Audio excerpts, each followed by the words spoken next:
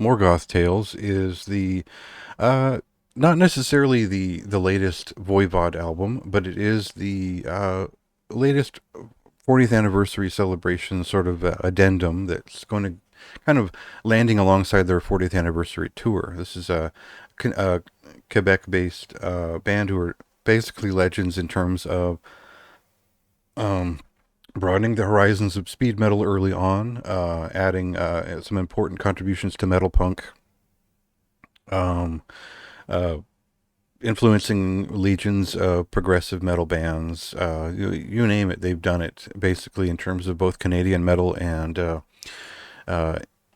getting a little bit weird, getting a personal touch into this style of technical thrash metal or progressive thrash metal, however you want to see the band.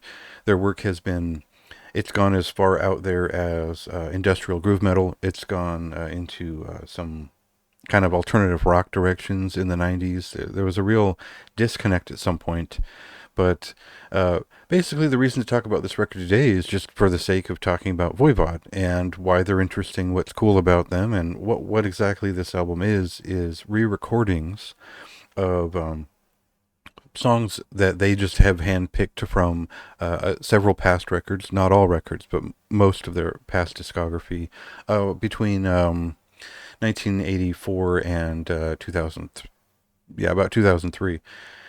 So uh, since these are re-recordings, I won't have a lot to say, but this is might be a great way to introduce you to Voivod if you don't know the band. So I'll get into what I think about the band and what I think about this album next, but let's just clip into a song just to hear what they've done to a song from Angel Rat, I believe.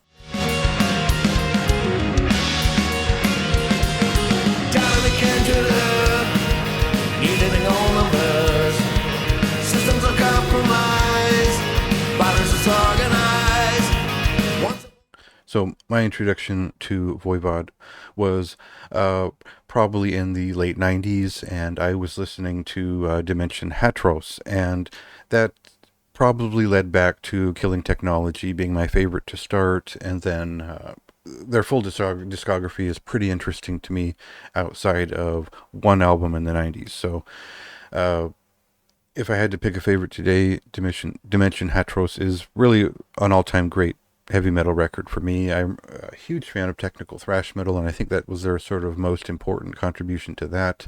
Uh, I could sit there and talk for an hour about things I like and things I don't like about all of their records, but the general consensus is they sort of picked back up uh, with in the 2000s with their self-titled record, and that's sort of where this record ends. So we're going all the way through the 80s, a little bit of the 90s, and basically some songs of the 80s lose their touch on this record as they've re-recorded them, and they've sort of worked them into more of a Terminal Earth or a um, Synchro Anarchy sound, which is just a little bit more present. It's a condensed space, and it is sort of sterilized of its reverbed atmosphere. So we lose some of the touch of the 80s work in this record, but we get all of it under one umbrella. And in a lot of way, it gets recontextualized in a, post-Target Earth sound for this band. And I think that will